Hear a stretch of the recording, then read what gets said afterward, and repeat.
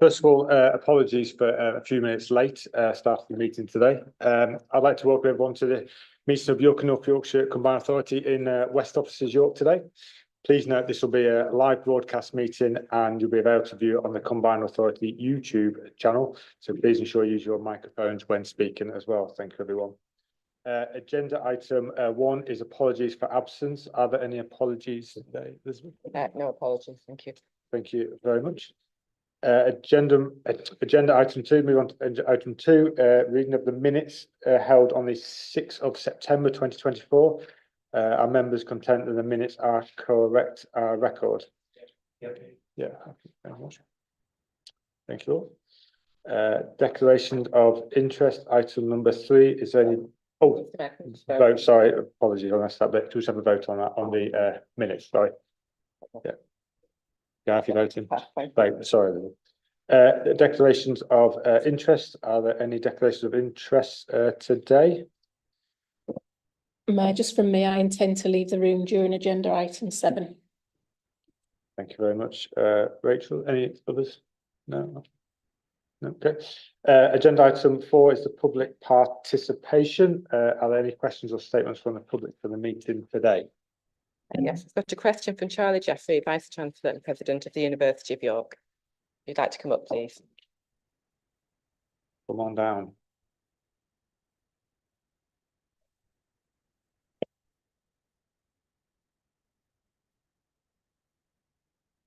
So this is relevant to the agenda item on strategic growth priorities. And in that, I'm delighted to see the focus on food, farming and engineering biology in the first 2 sections of those strategic growth priorities.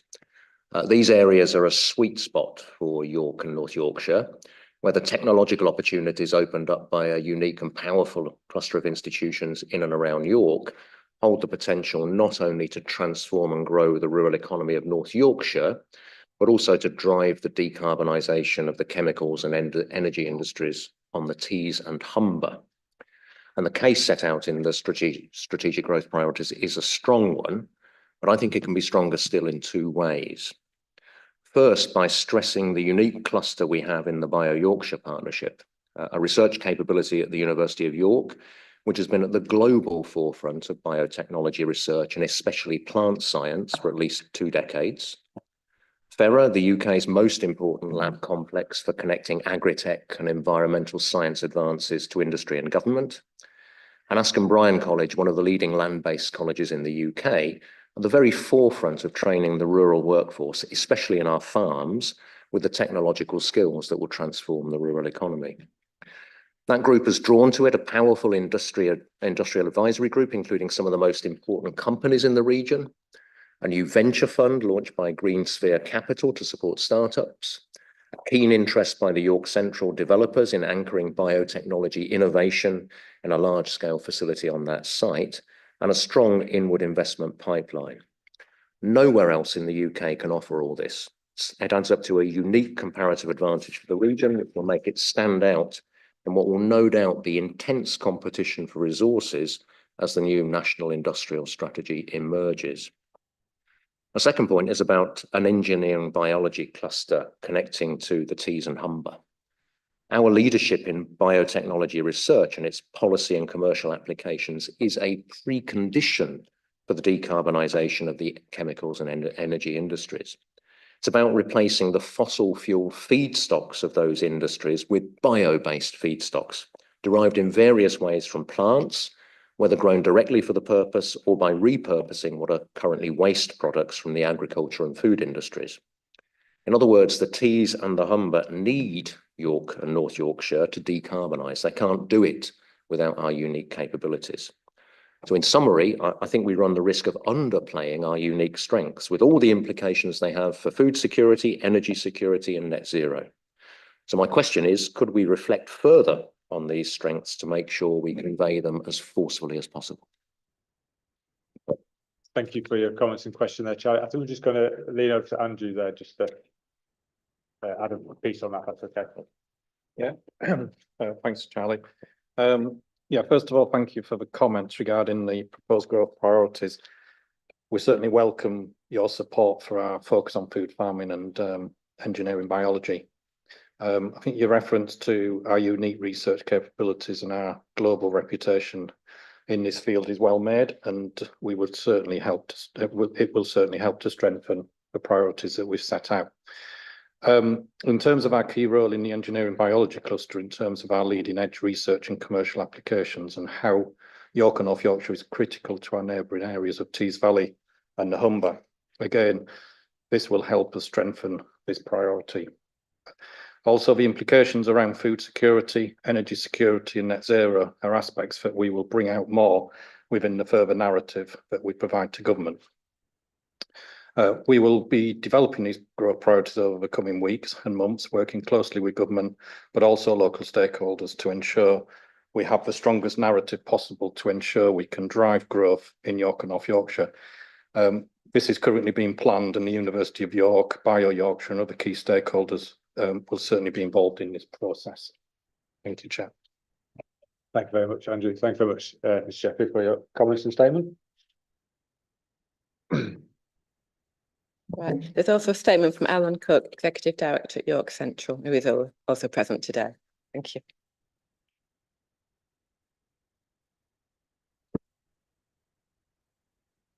Good afternoon, Alan Cook, developer at York Central. I'd like to speak in favour of the priorities and direction being set out in the local growth plan.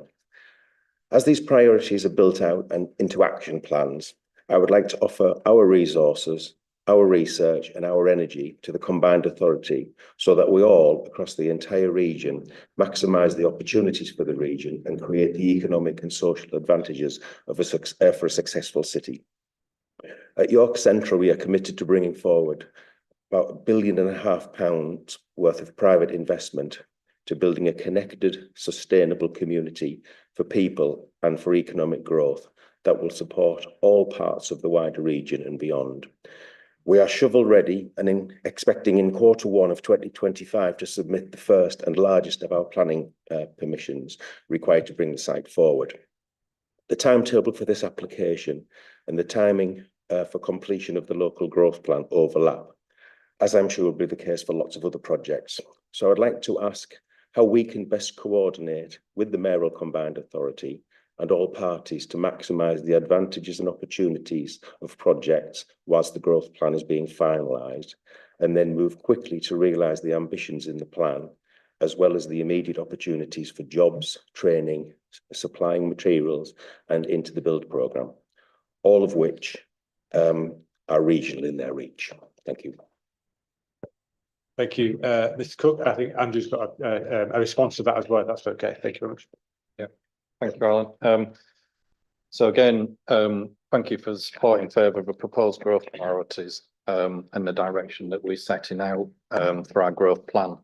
As you say, York Central is an absolute crucial development for York and North Yorkshire, and will certainly contribute to addressing our proposed priorities and driving growth.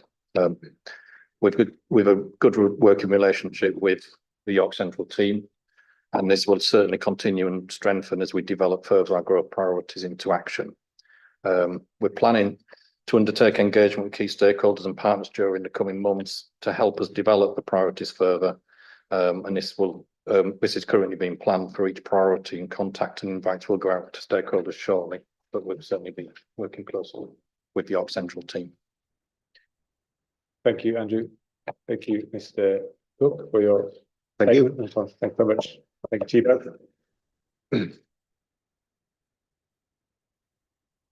both. Moving on to agenda item 5, York and North Yorkshire Combined Strategic Growth Priorities, which is an update on the strategic growth priorities for the Combined Authority, which has been presented by Andrew Leeming. Thank you. Thank you. So just going through some key aspects of the paper, just starting with a little bit of a background to where we've got to. So the idea of growth plans was identified in the Labour manifesto and has come through the new government, and in particular legislation which is expected in terms of the English devolution bill, but also the work on an national industrial strategy. So we've been in discussions with colleagues at Ministry of Housing, Communities and Local Government, setting out a requirement to put forward 3 to 5 strategic growth priorities that would go to government to therefore be agreed as a first stage to a local growth planning process. So this is very much the first stage. So we've been working with partners, particularly the 2 local authorities and others, and through developing further our economic framework, which we agreed at previous meeting, to set out and propose a set of 3 to 5 strategic growth priorities, which are set out in the paper. I think what we're also keen to just set out as well is that we produced the economic framework that was agreed in July by the Combined Authority, and we very much see that as the framework that can be developed into a local growth plan as a broader plan. And within that context, these 5 strategic growth priorities are very much those things that feed into a very much a national growth drive for growth. And there are other priorities that will be important to us to drive local growth. And so the local growth plan will incorporate those elements as we develop it further. So what we've been requested to put forward at this stage is a set of strategic growth priorities that are specifically identifying some of the needs and opportunities that we have as a region. So they're set out in paragraph 6. And in summary, they are increasing productivity and innovation within the food and farming sector, maximise our science, knowledge, innovation and research strengths to drive growth in engineering biology, in an engineering biology northern cluster, create economic opportunities through the need to transition to clean energy, enable technological and digital transformation through investment in digital infrastructure and skills, and accelerate place-based sustainable development. In section 6.2 and beyond, it provides a little bit more narrative about each one of those priorities and some of the rationale. But as this is an ongoing process, some of this narrative will need to be worked up further as we work more closely with government. And as we've heard in the 2 questions, that participation with stakeholders as we move forward. So the recommendations set out in the paper are obviously seeking the agreement to those 5 key priorities, also seeking agreement to move towards a transition, but the economic framework will become the local growth plan in time. But also that as this is a moving picture and we've got some discussions that we seek delegated authority to the chief executive to with consultation with the mayor and members to make any changes that we may need to make as we get feedback from communities and local government, but also as we write up that narrative further with our stakeholders. So any questions, please? Thank you very much. Do we have any questions for Andrew on that? Yes, Councillor Douglas. Thank you for that, and thanks, Andrew, for the explanation. And I'm not sure that it was accentuated that the support in developing these from MHCLG has been quite extensive so far, hasn't it? And recognising the unique aspects and assets of York and North Yorkshire, and trying to build something in collaboration. And then the next stage, as you said, will be to go out to a broader community to make sure that we are speaking directly to the government about the delivery of their missions and our ability to help them to deliver in the region, which I think is a really exciting opportunity and great prospect for us. And I think that the 5 priorities that we've got outlined here really accentuate the richness of our region as well, across York and North Yorkshire, our natural assets, our industry, innovation, our university base, and the development opportunities we've got. And it's great that we're in a position to work collectively together with North Yorkshire to take these forward. And I think the opportunity is really exciting. So I look forward to the next stage of developing these further and making sure that we're really speaking to the priorities of our region, but also government, and getting the most we can out of this for the people of York and North Yorkshire. I think it's a really good step. So thank you for that. Thank you, Councillor Douglas. Okay, Councillor Les. Thank you, David. I mean, I'm not going to repeat what Claire's just said, other than to say that I completely agree with it. I mean, we're being asked to approve these this paper today, and Andrew, thank you for it. I mean, it would be, we've already heard about the support that there is for this paper today from people outside of the Combined Authority Board. And we're being asked to just approve this, and it'd be very easy to do that without any sort of discussion. But actually, I wouldn't want people not to realise the amount of discussion that we've already had in getting to this point, and the collaboration that there has been between the two councils on it. So I'm very happy when we come to the recommendations, but I would want people to know that we've done a considerable amount of work to get to this point. Thank you for that, Councillor Les. Yeah, I can second that as well. There's been an extraordinary amount of work that's been done from both councils and from the team as well.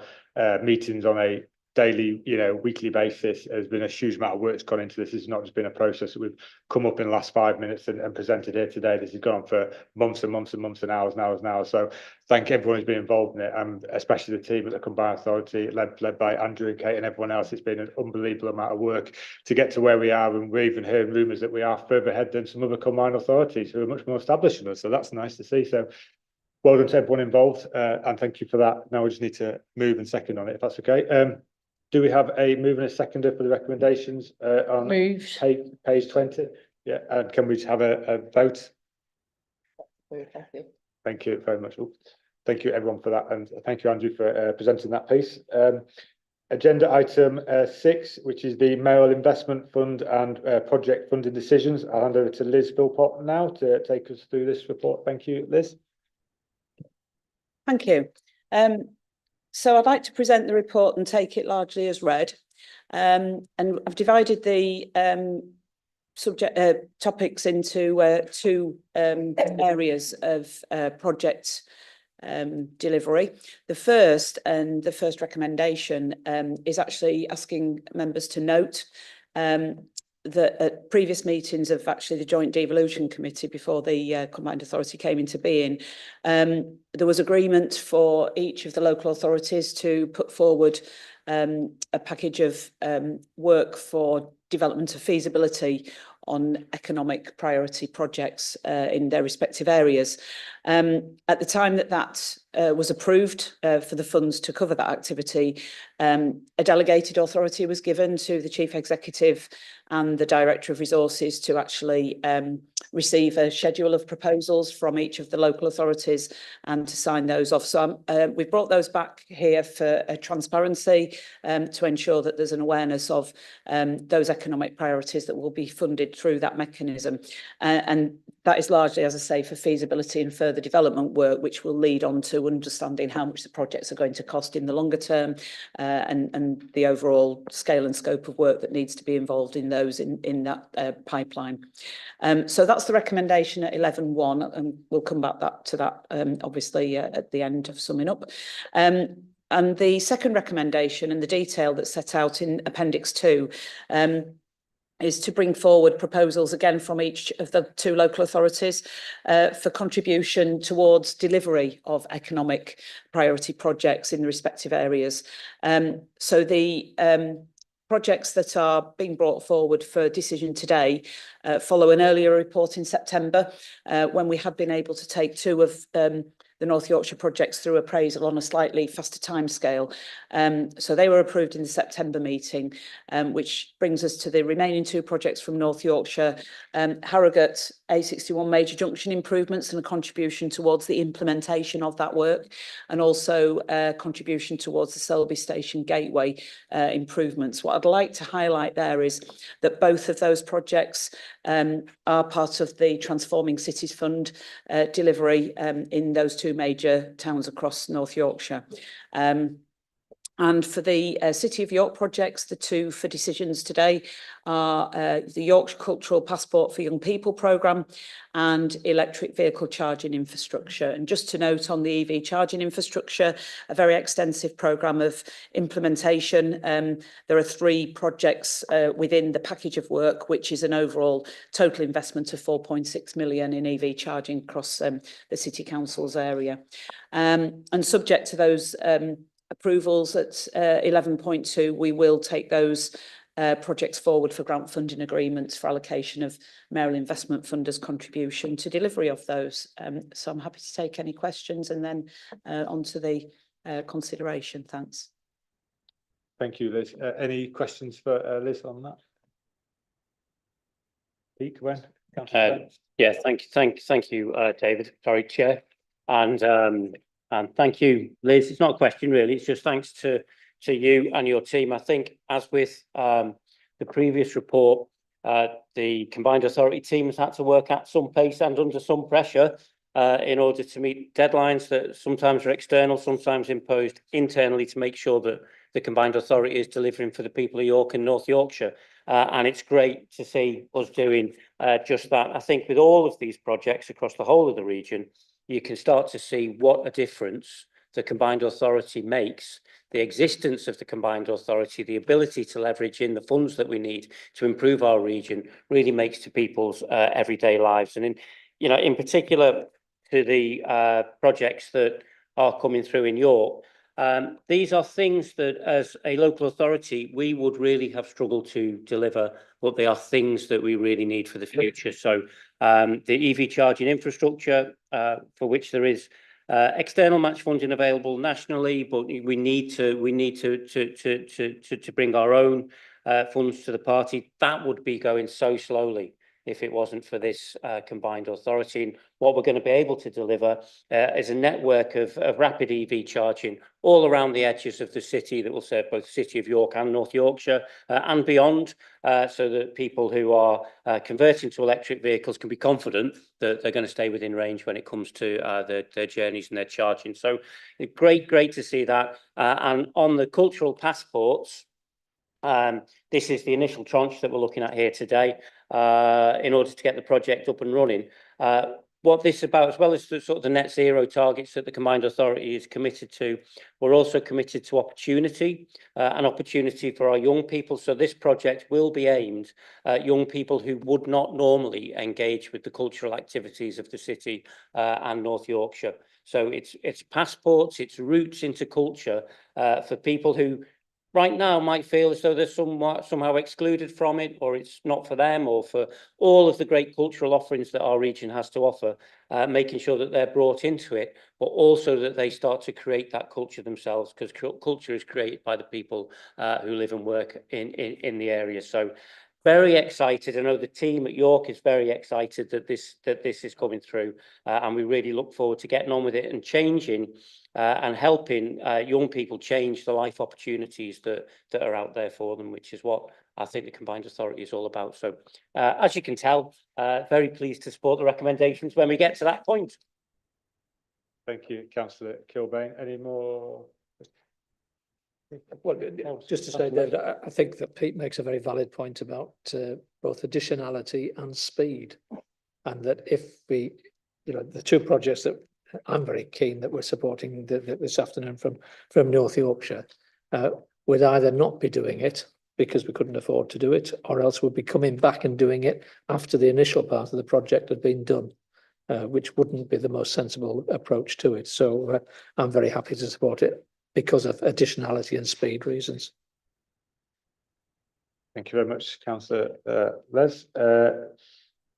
Any more questions? You okay with that? Yeah, thank you. Do we have a move and a seconder for recommendations on page 26?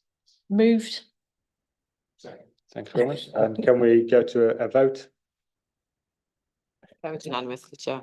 Thank you very much. Thank you, everyone. And thank you, Liz, for presenting that today. Agenda item 7, Rachel Sampson is just going to step out for this one. Thank you.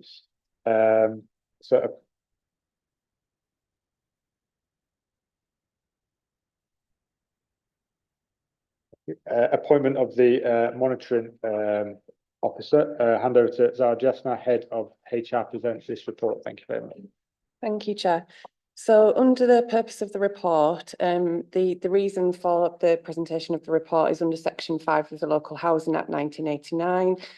The Combined Authority is required to appoint an officer to report on matters they believe to be illegal or amount to maladministration, also to be responsible for matters relating to the conduct of members and officers, and also to be responsible for the operation of the constitution of the Combined Authority. And within the Combined Authority, this role is discharged by the Head of Legal. So in terms of the background to this, which is point 3 onwards, we, from the creation of the Combined Authority, put interim arrangements in place in terms of the monitoring officer, and they stand up to today. Recently, we brought a paper to the Combined Authority and sought approval to recruit on a permanent basis to the Head of Legal. This recruitment has taken place over the summer, and the interview panel recommended that Rachel Antonelli was appointed as the Head of Legal. So going to point 9 in terms of my recommendation, excuse me, I can't scroll on my paper, bear with me. The recommendation is that the Combined Authority formally appoints Rachel Antonelli as the York and North Yorkshire's Combined Authority Monitoring Officer / Head of Legal. Happy to take any questions. Thank you very much. Any questions, Councillor Dadd? Not so much a question, just a comment. I think we've been through a very robust process, and this is the last stage of that. It's the more formal stage. So if you're ready to take it, I'll just formally move the recommendation. Thank you very much. Seconded. Yeah. And could we go to a vote? Unanimous. Thanks very much. Thank you.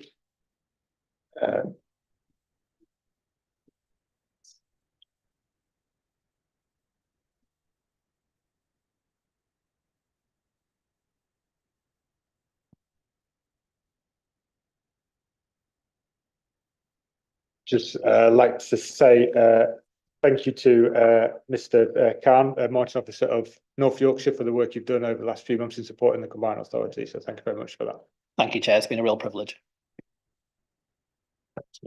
Agenda item 8 deals with the Novation of Contracts, presented by Rachel Antonelli. Thank you very much. Thank you, Mayor. This report provides members with an update on the novation of agreements from North Yorkshire Council through the Local Enterprise Partnership to the Combined Authority, in particular seeking approval for the novation of specific agreements. There are 2 recommendations before the Combined Authority today. First, that paragraph 2.1 of the report, that the Combined Authority approve the novation of the following agreements: Careers and Enterprise Company and North Yorkshire Business Education Partnership, an agreement relating to digital transformation with the South Yorkshire Combined Authority, and an agreement relating to the Key Account Management Programme. The second recommendation relates to agreement for the Combined Authority to enter into a grant agreement to Passport 2.487 million for the delivery of the Skills Bootcamp Wave 5 in North Yorkshire. As set out in the background to the report, the devolution deal made provision for the LEP staff to transition into the Combined Authority. However, the statutory instrument was silent on the automatic novation of agreements. Officers have undertaken an exercise to consider each agreement in place. The work has identified the agreements set out in the paper outstanding, which require novation in order to ensure continued operation of the agreement. The process of novation means that the Combined Authority agree to accept that they will be the contracting party in relation to the agreements, taking on any financial, legal and risk-based implications along with the benefits of the agreement. Paragraph 4 provides further detail around the relevant agreements which require novation. I'm happy to take any questions from members around this. Thank you, Rachel. Do members have any questions? No, thank you. Do we have a mover and seconder for the recommendations page on 36? Thank you. Yeah. And move Seconded. Sorry, and move to a vote. It's unanimous. Thank you. Thank you. Agenda item 9 is committee membership, which will be presented by Paul Black. Thank you. Thank you, Mayor. This report's quite straightforward, but it could probably be broken down into 2 elements to make it a little easier to digest. a certain amount is housekeeping, in that we have some memberships to tackle. But on the business board front, it's just to give a bit of context and a bit of an update on a recruitment process that has been underway over the summer. As you recall, a recruitment campaign took place for the business board back in July, and that's run right through till September and has had a fairly exceptional response and a level of interest that was probably not anticipated when we first launched, but has been warmly received. The stage that we're at the moment is that the mayor and the interview panel have identified members to appoint onto the business board, but unfortunately not yet at the stage where we're able to provide that list because the recruitment process is currently concluding. There are some decisions coming out of that, though, which members are asked to support. The first one is the panel have identified more than 10 private sector members to appoint to the business board, and that would require a change to the constitution. So members are asked to consider an increase from 10 to no more than 15 to accommodate the full-time private sector board members. Any implications that come out of that for the assurance framework of the Constitution, rather than tackling them in this forum, I would suggest members refer that to the Audit and Governance Committee through their working group to consider in more detail. But I think it's quite a straightforward exercise in terms of the status of this board. The other element is for the Combined Authorities 2 statutory committees, overview and scrutiny and audit and governance. As you recall, back in June, the Combined Authority appointed to the 2 committees on a politically proportionate basis, but hadn't received all of the nominations from the 2 councils at that stage, and some vacancies remained.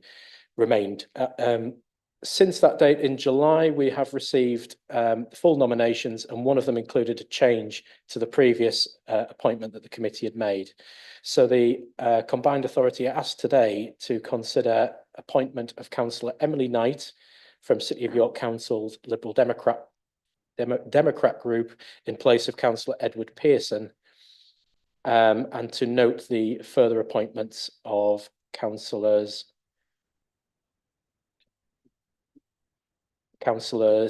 Andrew Hollier to Audit and Governance Committee, Councillor Andrew Waller to Overview and Scrutiny Committee, and Councillor Tony Fisher to Overview and Scrutiny Committee. The recommendations are highlighted in section 11 of the report. And the only other element I've got to cover there, I should note, is that we now have a chair and vice chair for Overview and Scrutiny Committee, Councillor Richard Foster and Councillor Lindsay Burr, who are both in attendance today. As members will recall, the chair of each committee has a standing invitation to attend Combined Authority meetings, and so will be provided invitations to future meetings. I'd ask members to consider the recommendations set out in the report, but also happy to take any questions, Mayor. Thank you very much, Paul, for that. Any questions from any? Just a question, Paul. Thank you, Chair. Just a question, Paul. Just for any of the applicants to the business board who are listening, is it true that I think we've set we're looking to set the increase to 15 just so that it's a manageable number? The reality was that we could have had a lot more than 15 from the applicants a lot more than 15 from the applicants that we got. So we're just kind of setting that so that the committee's at a manageable level. Is that right? That's right, and members have discretion over that level. If you think it should be more, it should be less. But you're right, it's just to provide an upper limit, because given the interest in the role, you could have appointed 100 members probably to the board, which simply wouldn't be practical. But this gives you both a manageable number in terms of meetings, but also helps you achieve a certain amount of public and private sector representation on the board, balancing the representation from the 2 councils. Thank you. Would you like to come in, councillor? Thank you. I just want to say about the business board recruitment, because some of us spent some hours actually doing it, and I was well impressed with the quality of the shortlist. And we actually had 117 applications as well, which I think showed the value in actually trying to set up this board. And I mean, subject to your completion of the process, David, I think we're going to see a very good geographic spread of people on the board. But more importantly, perhaps we're also going to see a very good sector spread on the board. And I'm sure if all the people that we thought were the top people that actually go forward actually accept your invitation, I think they will give you very robust, but also very valuable advice about how we should engage with the business community. And can I just go one step further than noting the chair and vice chair of scrutiny, and just say welcome to the chair and vice chair of scrutiny. Yes. You want to come in? Well, Councillor Douglas? Yeah, Carl's, Councillor Les's reflections on the recruitment procedure for the business board is very true. It was a really rewarding process, actually, that I think we all thoroughly enjoyed meeting such an amazing group of business owners and senior executives from across the region, from some businesses that we didn't know very well at that point in time, and we will certainly get to know them better. And I think the potential that they bring to the combined authority to really drive forward economic growth across all places in York and North Yorkshire is really exciting, and I'm really looking forward to getting to work with them. And I really want to thank everybody who applied, because there was an awful lot of interest and simply not enough space for everybody. But it was really heartening, and I think shows the level of excitement and optimism around the region for the combined authority, which I think is fantastic. So thanks, everybody. Thank you for your... Councillor Dabb, would you like to come in?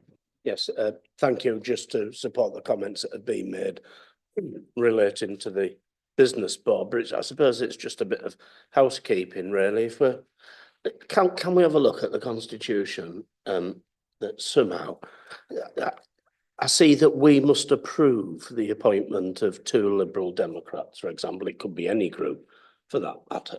It just seems a complete and utter waste of our time and process and officers' time for it to formally come here, as the constitution presently, I know Rachel will say this, presently states it's not really up to us to get involved in nominations from any political group. And I understand the Liberal Democrats have a problem making a decision at times. We all know that. But nonetheless, and on a serious note, we shouldn't be approving. I mean, what would happen if we didn't approve? It just seems a farce. We can take that away, Councillor Dadd. Thank you. Thank you very much. I'm lost where we are now. Do we have a move? Sorry, any more questions on that? No. Do we have a move and a second of recommendations on page 41 and 42? Moved. And can we vote? Thank you very much. Move unanimously, thank you. Thank you very much. Thank you, Paul, for presenting that. Now I'll move on to the agenda item 10, the forward plan. Hand over to Paul again for this. That's okay. Thank you, Paul Clark. Thank you, Mayor. This won't take long because it's only a month since our last meeting, and there haven't been significant changes to the last version that you considered. I should point out 2 small changes. One since the last meeting, which is as an additional item for the 8th of November meeting around the growth plan, and this is to pick up any further decisions or resourcing implications that might come out of the work that Andrew and his team are working on at the moment with a submission to government. A further change that's taken place since the papers were published last week is an additional item for the 8th of November seeking consent for regulations to allow extended borrowing powers for the combined authority. This was briefly discussed at the last meeting. This has been formally published now. I understand there's a potential that we may need to make a decision as an authority sooner than the 8th of November, in which case we'll observe the usual powers around urgency and so on. So other than that, there are no other additions or changes. So I'm just seeking approval of the current iteration. Thank you, Paul. Are we happy to approve this forward plan taken up to the 31st of May, is it 2025? Yeah. Thanks, Paul. So it's 10. Agenda item 11, any urgent business? No urgent business, Chair. Thank you. So thank you, everyone. That brings us to the end of the meeting. I want to thank everyone today for the public for their participation today, and everyone for their comments and approvals. The next meeting is on Friday, the 8th of November at 3 p.m. at County Hall, North Allerton. Thank you very much. Thank you, everyone.